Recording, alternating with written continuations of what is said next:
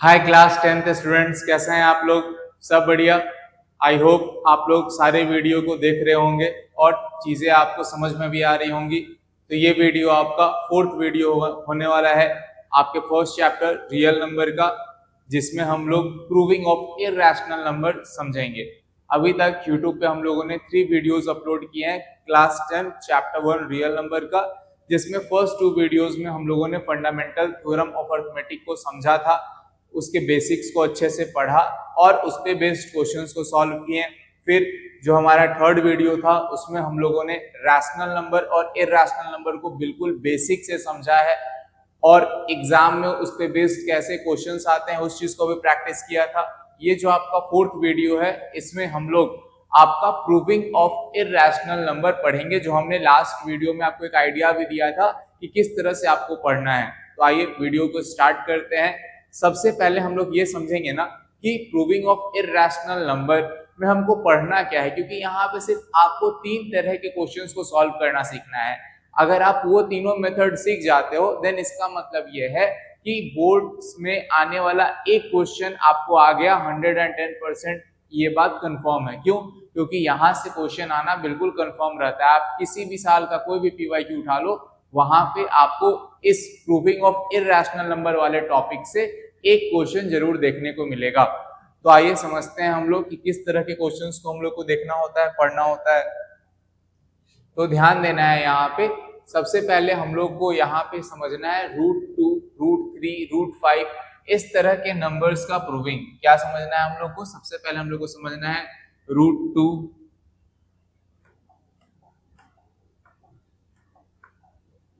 हम लोग को यहाँ पे सबसे पहले समझना है अगर रूट के अंदर सिर्फ कोई एक इरैशनल नंबर, मतलब सिर्फ कोई एक नंबर हो, जैसे √2 हो गया, √3 हो गया, √5 हो गया, √6 हो गया, इन सब का प्रूफिंग समझना है कि कैसे होगा।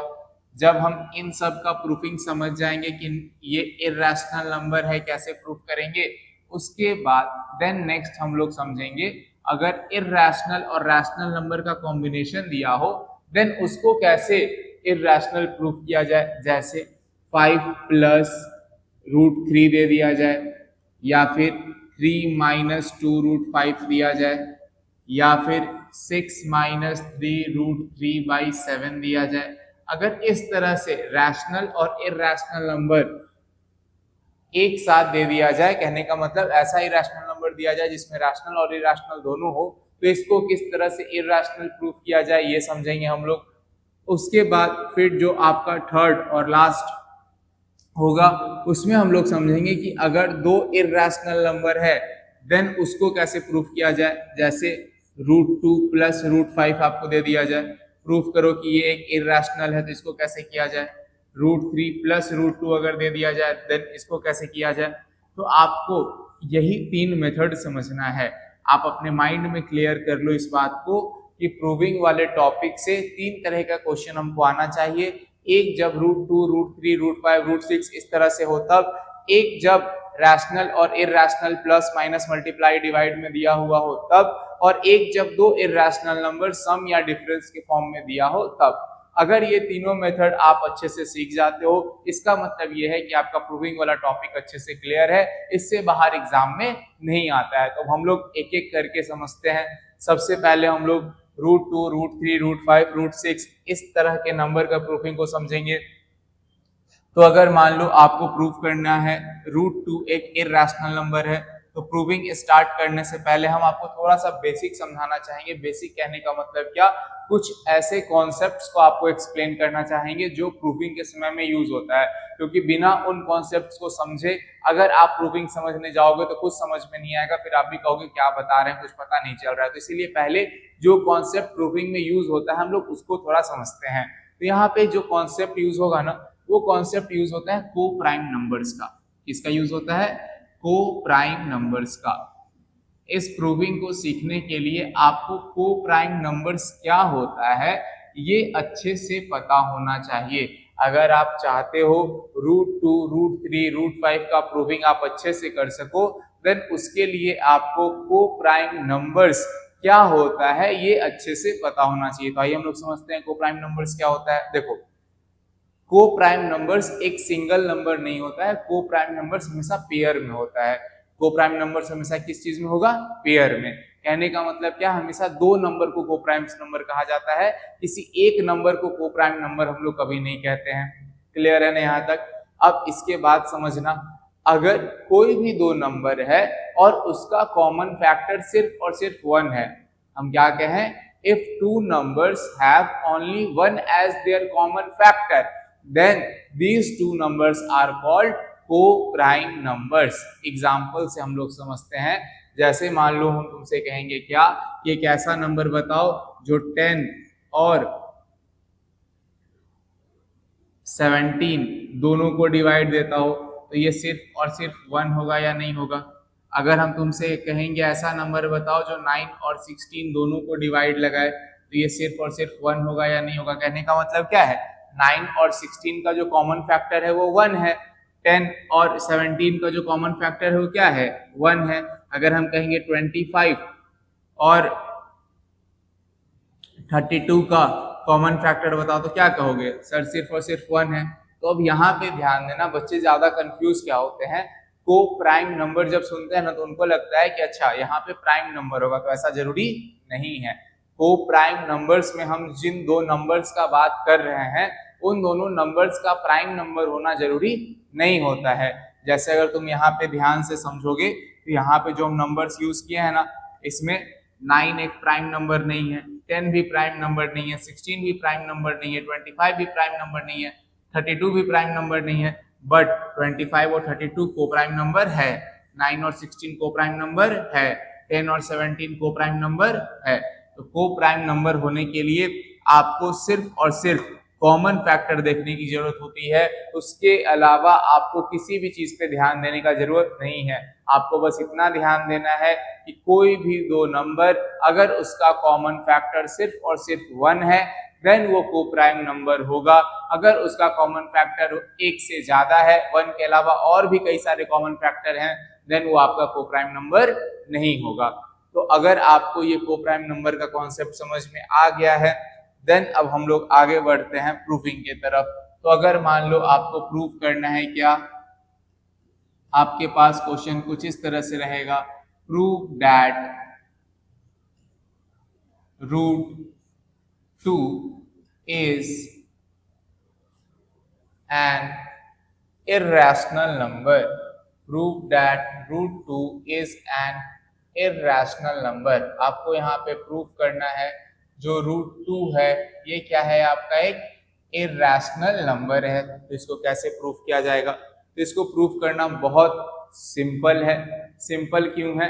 क्योंकि जो मेथड यूज होता है वो मेथड है कंट्राडिक्शन मेथड। इस मेथड में कोई भी उतना ज्यादा कैलकुलेशन है नहीं, सिंपल सा थोड़ा सा कैलकुलेशन है। बस आपको यहाँ पे स्टेटमेंट्स को याद करना है, किस तरह से स्टेटमेंट्स को लिखा जाता है।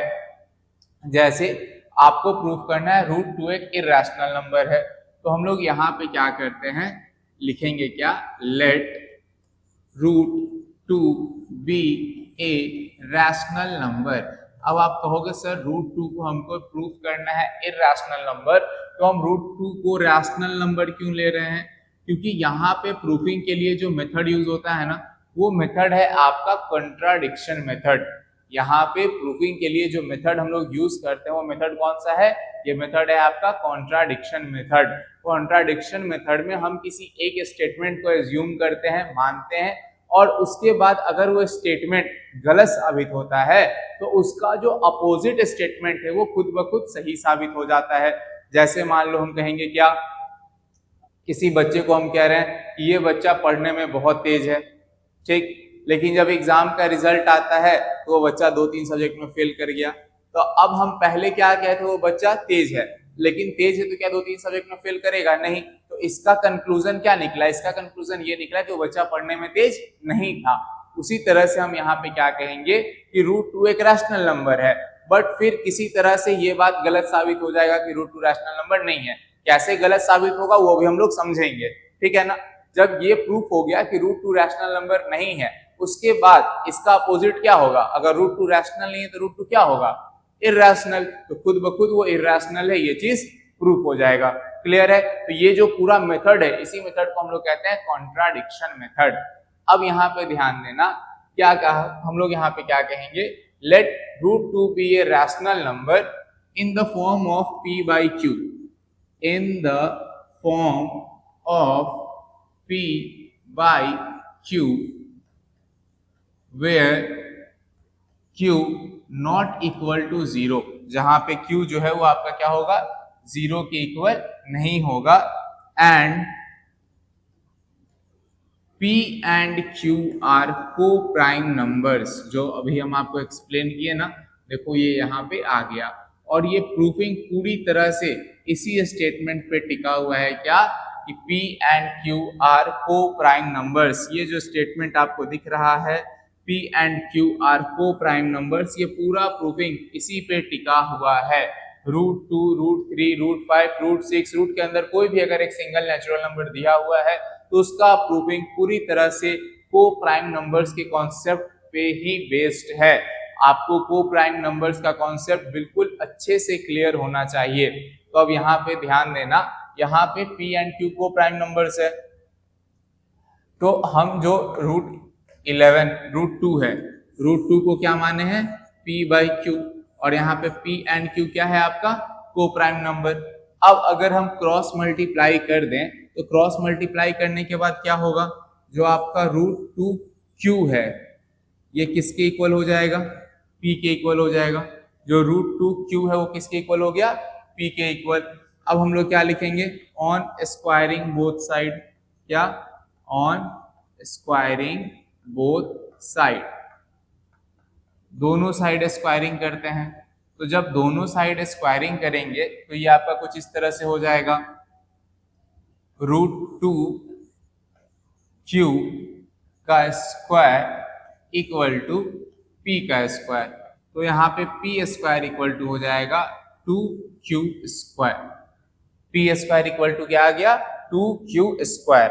अब ध्यान देना है, आपके पास यहाँ पे रिजल्ट अभी तक क्या आया है, आपके पास अभी तक जो रिजल्ट आया है ये आया है आपका p square equal to root 2q square, यही रिजल्ट आया है ना, सॉरी गलत हो गया।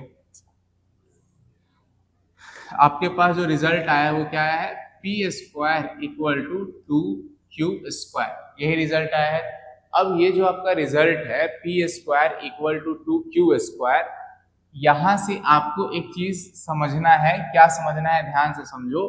अगर मान लो 12 है तो 12 को अगर हम लिखते हैं 4 इंटू 3, 12 को हम क्या लिख रहे हैं, 4 इंटू 3, तो इसका मतलब ये होगा कि 4 और 3 जो है ये दोनों का दोनों फैक्टर है किसका, 12 का। कहने का मतलब ये है कि अगर आप किसी भी नंबर को, अगर आप किसी भी नंबर को दो नंबर्स के प्रोडक्ट के फॉर्म में एक्सप्रेस कर दो तो वो दोनों नंबर उस नंबर का क्या होगा, फैक्टर होगा।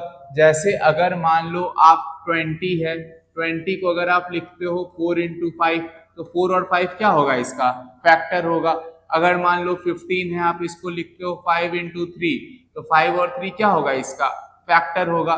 ये जो कॉन्सेप्ट है, ये कॉन्सेप्ट यहाँ पे आपको अप्लाई करना है।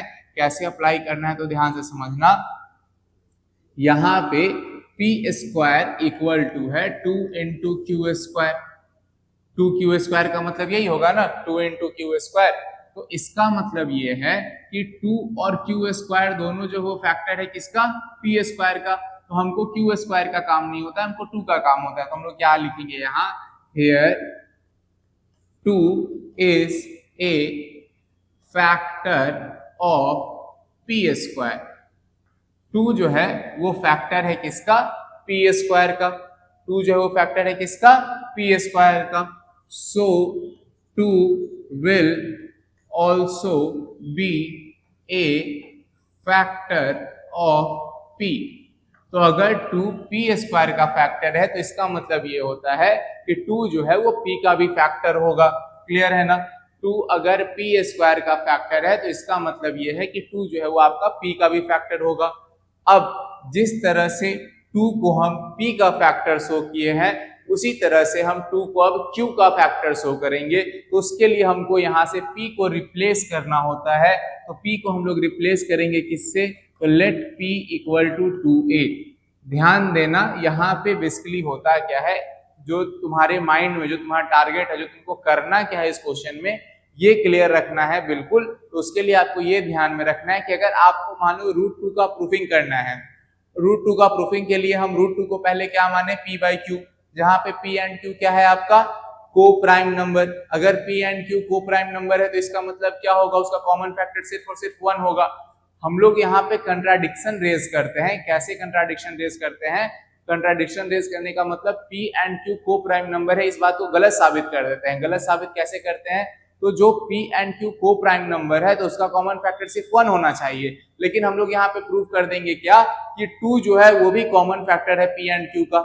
तो अगर हम ये प्रूव कर दिए कि 2 जो है वो भी कॉमन फैक्टर है p एंड q का, तो इसका मतलब क्या होगा कि p and q coprime number है, ये बात गलत साबित हो गया। समझ में आ रहा है क्या कह रहे हैं।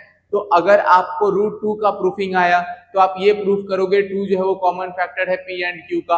अगर आपको रूट 3 का प्रूफिंग आया तो आप ये प्रूफ करोगे 3 जो है वो कॉमन फैक्टर है p एंड q का। अगर आपको रूट 5 का प्रूफिंग आता है तो आप ये प्रूफ करोगे 5 जो है वो कॉमन फैक्टर है किसका, p एंड q का। तो ये चीज आपके माइंड में क्लियर होना चाहिए। तो यहाँ पे हमको रूट 2 प्रूफ करना था, तो रूट 2 प्रूफ करना था, तो इसीलिए हम लोग सबसे पहले 2 जो है वो फैक्टर है p का, ये प्रूफ कर दिए। अब हमको ये प्रूफ करना है कि 2 जो है वो फैक्टर है किसका, q का।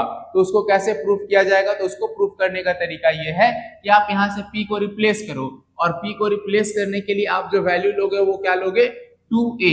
अब ये वैल्यू भी डिपेंड करता है कि आपको क्या प्रूफ करना है। अगर यही मान लो हम रूट 3 प्रूफ कर रहे होते तो p का वैल्यू क्या लेते, 3a।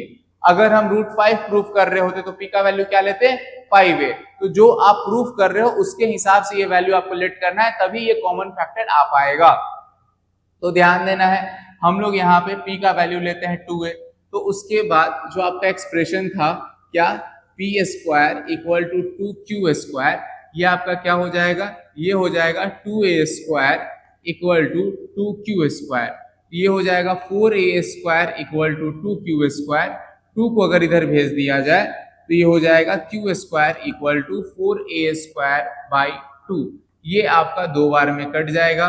देन आपके पास क्या बचेगा, देन आपके पास बचेगा q square equal to 2a square.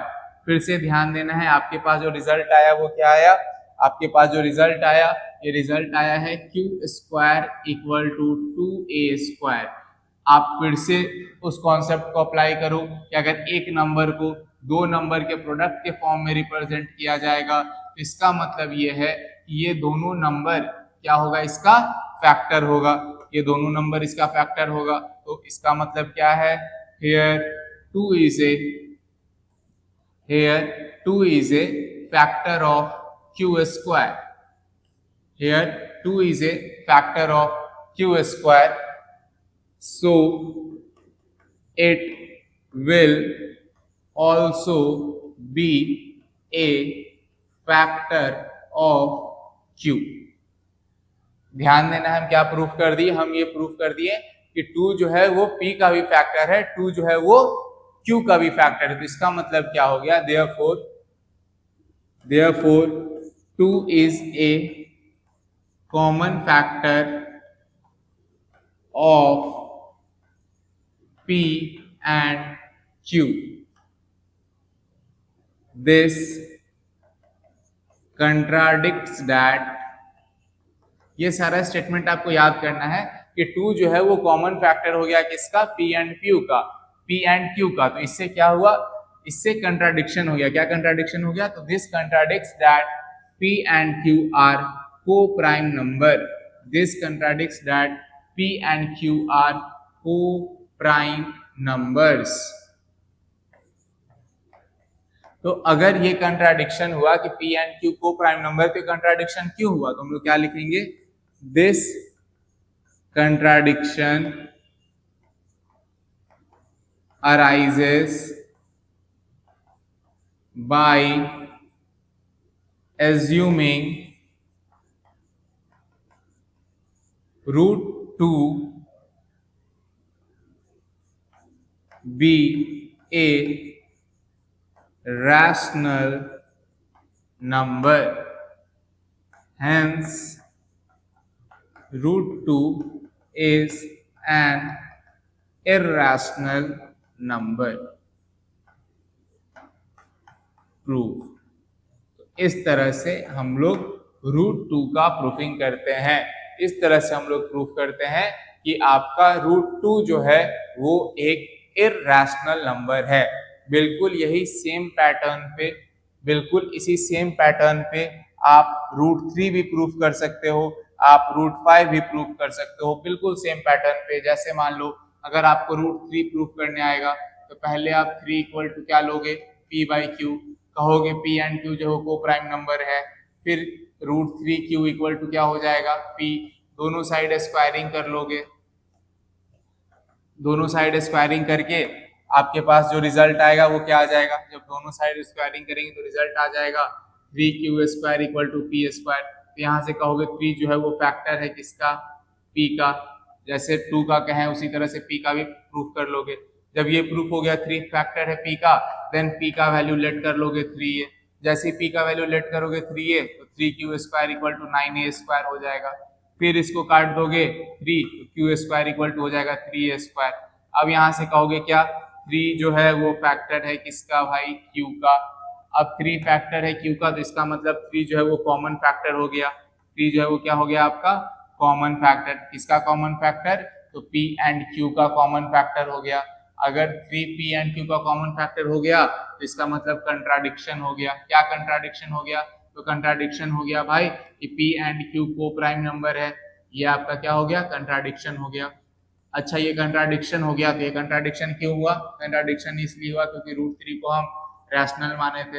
अब अगर √3 रैशनल मानने से कंट्राडिक्शन हो रहा है तो √3 क्या है आपका, इरैशनल। तो इस तरह से चीजों को याद रखना है और एग्जाम में अगर क्वेश्चन आता है तो करना है। क्लियर है ना। इसी तरह से आप √5 भी कर सकते हो, √6 भी कर सकते हो, सबके लिए जो मेथड है वो सेम होगा।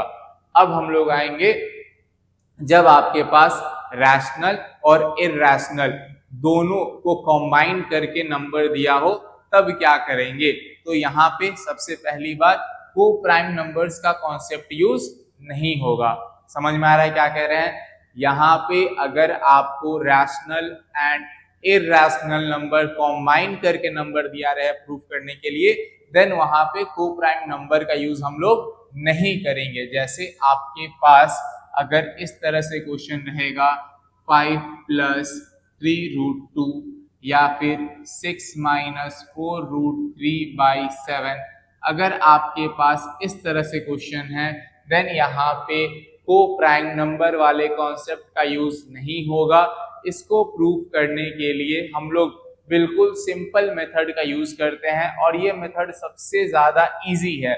जो 3 मेथड हम लोग को पढ़ना है, तीनों मेथड में से अगर कोई सबसे इजी मेथड है तो यही है। तो आइए ध्यान से समझते हैं इसको।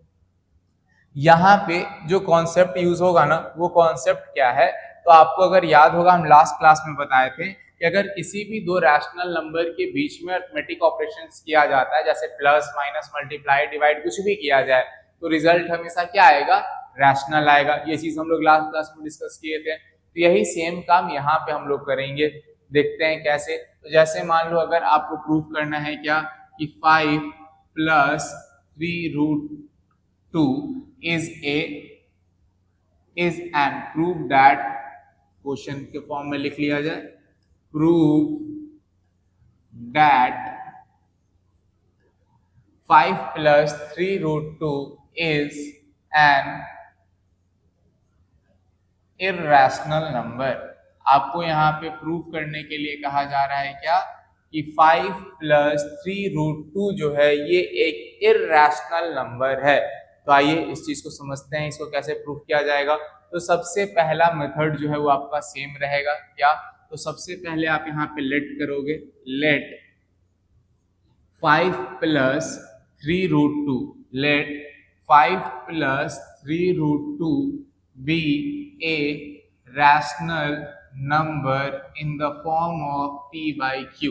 यहाँ पे को प्राइम नंबर वाले कॉन्सेप्ट का यूज नहीं है, इसीलिए उसको नहीं लिखेंगे।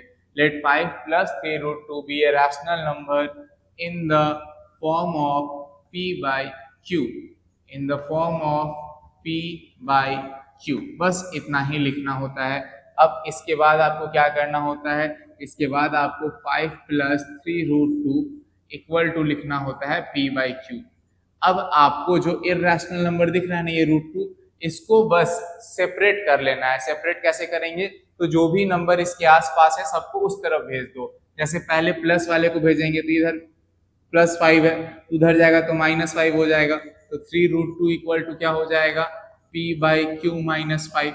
अब ये 3 इसके साथ मल्टीप्लाई में है, इधर जाएगा तो डिवाइड में हो जाएगा, तो √2 इक्वल टू हो जाएगा 1/3 p/q -5। इस मेथड को यूज करते समय बच्चे सबसे ज्यादा गलती इधर उधर करने में ही करते हैं, इसीलिए ध्यान से जो बिल्कुल बेसिक लिनियर इक्वेशन का जो बिल्कुल बेसिक है उसी को यहाँ पे अप्लाई करना है, ज्यादा दिमाग नहीं लगाना है। अब इसके बाद ध्यान देना है, आपके पास जो रिजल्ट आया वो क्या आया, आपके पास रिजल्ट आया √2 इक्वल टू 1/3। आपके पास रिजल्ट क्या आया, √2 इक्वल टू 1/3 p/q -5। अब स्टेटमेंट कैसे लिखना है इस चीज को समझना।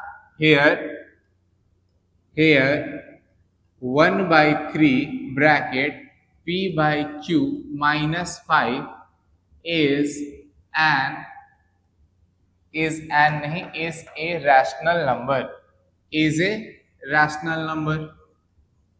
तो अगर 1/3 p/q -5 एक रैशनल नंबर है, सो √2 will also be a rational number। तो इसका मतलब तो ये हो जाएगा कि √2 भी एक रैशनल नंबर है भाई, but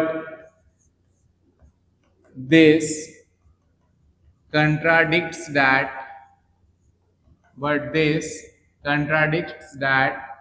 √2 is an irrational number, क्योंकि एक ही नंबर रैशनल और इरैशनल दोनों तो नहीं हो सकता है। अगर ये रैशनल है तो ये रैशनल होगा, पर ये रैशनल कैसे हो सकता है, ये तो इरैशनल है। समझ में आ रहा है, तो but this contradicts that √2 is an irrational number।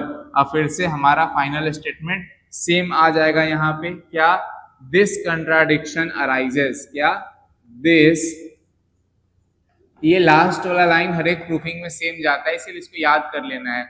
This contradiction arises by assuming, this contradiction arises by assuming, क्या था क्वेश्चन, 5 + 3√2 था ना, 5 + 3√2, 5 + 3√2 be a rational number,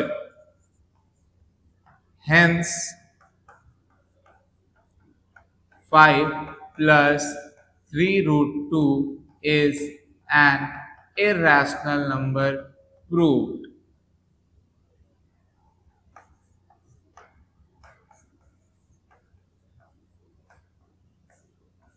इस तरह से हम लोग इरैशनल नंबर का प्रूविंग करते हैं, अगर इरैशनल नंबर रैशनल और इरैशनल का कॉम्बिनेशन हो तो। क्लियर है, आगे बढ़े हम लोग नेक्स्ट टाइप पे, या एक और क्वेश्चन देख लेते हैं इसी टाइप का, ताकि कॉन्सेप्ट आपको बिल्कुल अच्छे से क्लियर हो जाए।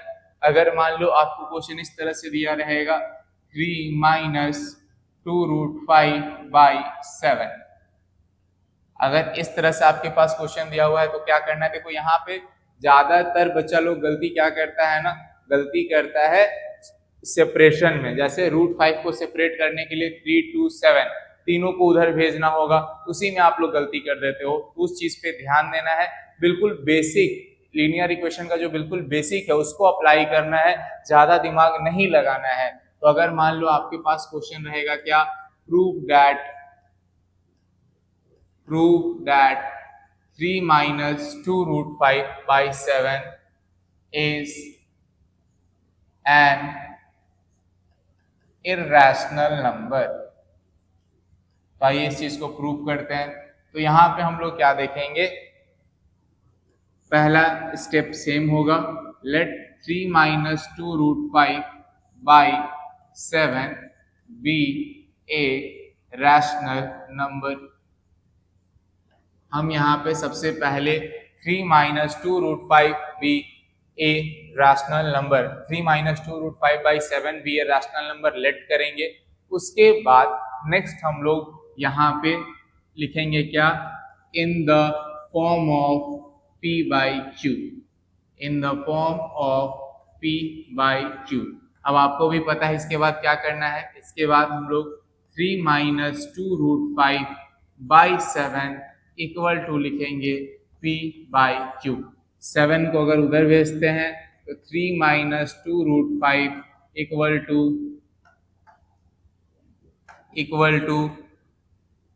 7p by q. अब 3 को उधर भेजा जाए, हमेशा ध्यान में रखना, पहले ये उधर गया, अब 3 उधर जाएगा, ये हो जाएगा minus 2 root 5 equal to 7p by q minus 3।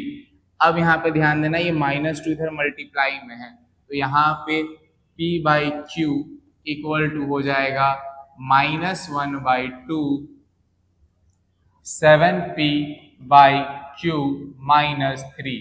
तो जिस तरह से बिल्कुल ध्यान से हम चीज़ों को उस तरफ भेज रहे हैं, रूट 5 को सेपरेट कर रहे हैं, आपको भी उसी तरह से बिल्कुल ध्यान से करना है, क्योंकि सेपरेशन में गलती सब करते हैं। आपको इस चीज़ को समझना है, सेपरेशन में गलती नहीं होना चाहिए। अब यहाँ पे वही स्टेटमेंट हम लोग लिखेंगे, क्या स्टेटमेंट फ्रेश पेज पे लिखते हैं या फिर यहीं पे हर जगह लिखते हैं, क्या here -1 by 2 7p by q minus 3 is a rational number, so root 5 will also be a rational number,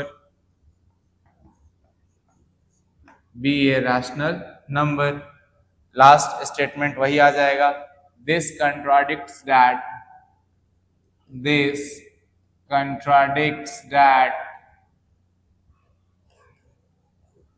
root, यहाँ पे लास्ट में बट लगा देना है, but this contradicts that root 5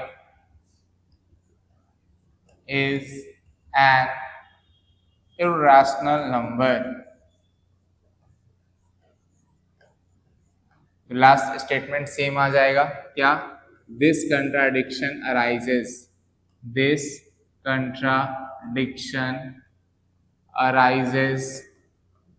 by assuming,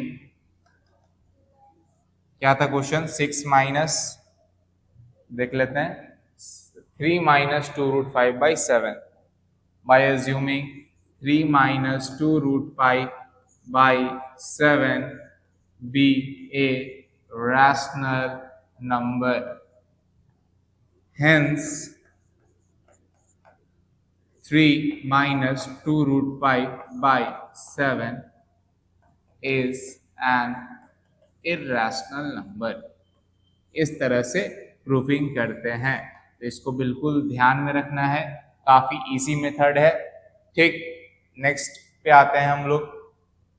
अब नेक्स्ट जो टाइप आप लोग को समझना है, उसमें आपके पास दो इरैशनल नंबर एडिशन या सब्ट्रैक्शन के फॉर्म में दिया जा सकता है। क्या कह रहे हैं, ध्यान से समझना। यहाँ पे आपके पास इस तरह से क्या रहेगा क्वेश्चन, प्रूव दैट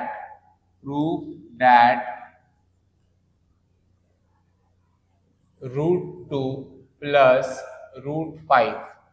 ध्यान दे रहे हो क्वेश्चन कैसे लिखा हुआ है, √2 प्लस √5, मतलब दोनों इरैशनल है, उसमें रैशनल और इरैशनल का कॉम्बिनेशन दिया हुआ था और उसको इरैशनल प्रूफ करना था। यहाँ पे दोनों इरैशनल दिया हुआ है और इसको इरैशनल प्रूफ भी करना है। तो आइए देखते हैं, prove that √2 plus √5 is an irrational number.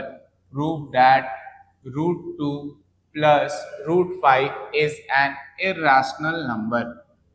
अब यहाँ पे ध्यान देना है, ये जो आपका मेथड है, तीनों को अगर कंपेयर करेंगे तो ये वाला मेथड जो है आपका मिड में आएगा। कहने का मतलब क्या, सबसे पहले वाला मेथड में सबसे ज्यादा लिखना होता है, सबसे ज्यादा चीजों को समझना होता है।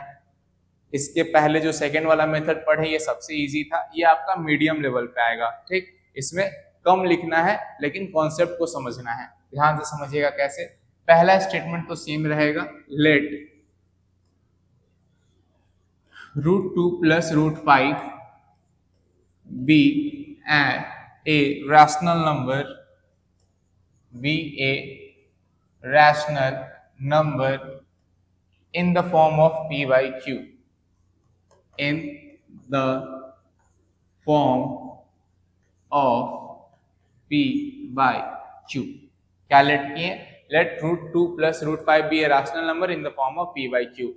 ये मेथड और इसके पहले वाला मेथड सेम है, बस इसमें एक स्टेप ज्यादा होता है। क्या करना होता है, और यही इंपॉर्टेंट मेथड है, क्या, जब आप लिखते हो √2 + √5 equal to p by q, तो यहाँ पे ध्यान देना ये भी इरेशनल है, ये भी इरेशनल है। अगर इसको तुम उधर भेजोगे तो ये भी इरेशनल हो जाएगा, बट इधर वाला तो हमको रैशनल चाहिए होता है। तो इसके लिए हम क्या करते हैं, दोनों साइड स्क्वायरिंग करते हैं। यही इस मेथड का सबसे इंपॉर्टेंट पॉइंट है। आपको याद रखना है इस बात को कि √2 + √5 equal to p by q लिखने के बाद हमको स्क्वायरिंग करना होता है on both side, on squaring both side. जब दोनों साइड स्क्वायरिंग किया जाएगा तो ये आपका हो जाएगा √2 + √5 का square equal to p by q का स्क्वायर। नेक्स्ट पेज में हम लोग स्क्वायर करके इसको लिखते हैं, तो √2 + √5 का स्क्वायर, √2 + √5 का स्क्वायर इक्वल टू आया p बाई क्यू का स्क्वायर। तो √2 + √5 का स्क्वायर लिखकर बच्चे क्या करते हैं, सिर्फ 2 + 5 लिखकर छोड़ देते हैं। तो ऐसा गलती नहीं करना है। √2 + √5 का स्क्वायर a + b के होल स्क्वायर पे ब्रेक होगा, इस चीज को ध्यान में रखना है। तो ये आपका क्या हो जाएगा, ये हो जाएगा आपका √2 का स्क्वायर प्लस √5 का square plus 2 × √2 × √5 equal to p² by q square. अब ध्यान देना, √5 का स्क्वायर 5, √2 का स्क्वायर 2, तो 2 + 5 + 2 √10 equal to p² by q square. तो 2 + 5 7 + 2 √10 equal to p² by q square. 7 और 2 को उधर भेजते हैं तो पहले 7 जाएगा उधर, तो √210 p² बाई q स्क्वायर -7, फिर 2 को भेजेंगे तो √10 इक्वल टू हो जाएगा 1/2 p² बाई q स्क्वायर -7। ये चीज आपको लाना है, ठीक। अब इसके बाद ध्यान से समझना है चीजों को। आपके पास √10 इक्वल टू क्या आया, 1/2 p² बाई q स्क्वायर -7। तो हम लोग यहाँ क्या लिखेंगे, here 1/2 by p² by q square -7। 1/2 p² by q square -7 is a rational number. ये आपका कैसा नंबर है, ये आपका एक रैशनल नंबर है, is a rational number. So √10 will also be a rational number। इसका मतलब ये है कि आपका जो √10 है वो भी एक रैशनल नंबर होगा। But this contradicts that, but this contradicts that √10 is an irrational number। तो यहाँ पे कंट्राडिक्शन हो गया भाई, क्योंकि √10 जो है वो तो एक इररेशनल नंबर है। तो लास्ट स्टेटमेंट आ जाएगा हम लोग का, दिस कंट्राडिक्शन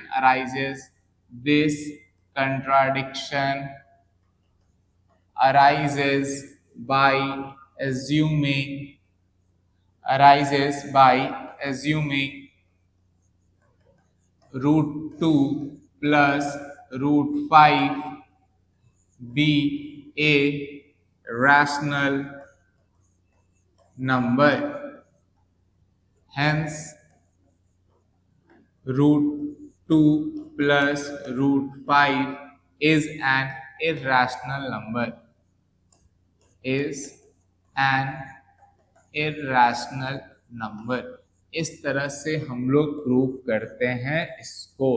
दोनों मेथड ऑलमोस्ट सेम है, बस इस वाले मेथड में हमको जो स्क्वायरिंग ऑन बोथ साइड करना होता है और a प्लस बी के होल स्क्वायर पे ब्रेक करना होता है, ये पॉइंट आपको ध्यान में रखना है। आप लोग इन तीनों मेथड को समझने के बाद कुछ क्वेश्चन खुद से बनाने का प्रैक्टिस करना, जिसमें आप दो नंबर सबसे पहले प्रूव करना। Proof that √3 is an irrational number। जब ये हो जाए देन आप ट्राई करना प्रूफ करने का। Proof that √5 is an irrational number। क्योंकि आपको चीजें याद तभी होंगी जब आप बार बार प्रूफिंग करोगे, बार बार प्रैक्टिस करोगे। नेक्स्ट, प्रूफ दैट, ये इतना इंपॉर्टेंट पार्ट है ना, इसको जब पढ़ाते हैं उस समय से बोलते रहो कि ये आएगा आएगा आएगा, फिर भी अधिकतर बच्चे इसको इग्नोर कर देते हैं और लास्ट में फिर गलत स्टेटमेंट लिख के एग्जाम में चलाते हैं। इसलिए आपको ये गलती नहीं करना है, ये इंपॉर्टेंट पार्ट है, इसको बिल्कुल क्लियर करके चलना है स्टार्टिंग से ही। 4 - 3√5 is an irrational number। जितना क्वेश्चन अभी हम बोर्ड पे लिख रहे हैं, अगर आप कॉन्सेप्ट समझ गए हो और इतने सारे क्वेश्चंस को प्रैक्टिस कर ले रहे हो तो आप कहीं भी एग्जाम में फंसने वाले नहीं हो। प्रूफिंग का क्वेश्चन इजीली आपसे बन जाएगा। Prove that 2 + 8√3 by 5 is an irrational number। और फिर आपका लास्ट क्वेश्चन हो जाएगा proof that √3 + √5 is an irrational number। ये 5 क्वेश्चन अगर आप प्रैक्टिस कर ले रहे हो, ये पांचों क्वेश्चन कैसे बनेगा ये अभी आपको हम क्लास में समझाए हैं। आप इसको अच्छे से खुद से बनाने का ट्राई करो। अगर आपसे बन जा रहा है इसका मतलब ये है कि आपका प्रूफिंग वाला पार्ट अच्छे से क्लियर है। आप एग्जाम में अगर ये आएगा तो इसको इजीली बना सकते हो। तो ये वीडियो यहीं तक रहेगा। अब हम लोग मिलेंगे नेक्स्ट वीडियो में, जो आपका फर्स्ट चैप्टर का लास्ट वीडियो होगा, जिसमें हम लोग इस चैप्टर के इम्पोर्टेंट PYQ को डिस्कस करेंगे। हम कुछ इम्पोर्टेंट PYQ क्वेश्चंस लेके आएंगे और यहाँ पे सॉल्व करके आपको बताएंगे कि किस तरह से हम लोगों ने जो कॉन्सेप्ट पढ़ा, सीखा, जो क्वेश्चंस प्रैक्टिस किए, उसका यूज करके PYQ को सॉल्व किया जाएगा। ठीक, तो मिलते हैं नेक्स्ट वीडियो में। आप लोग, ये बहुत इंपॉर्टेंट वीडियो है, इसको पूरा देखें और जितना ज़्यादा हो सके उतना ज़्यादा दोस्तों के साथ शेयर करें और चैनल को सब्सक्राइब करें। Thank you.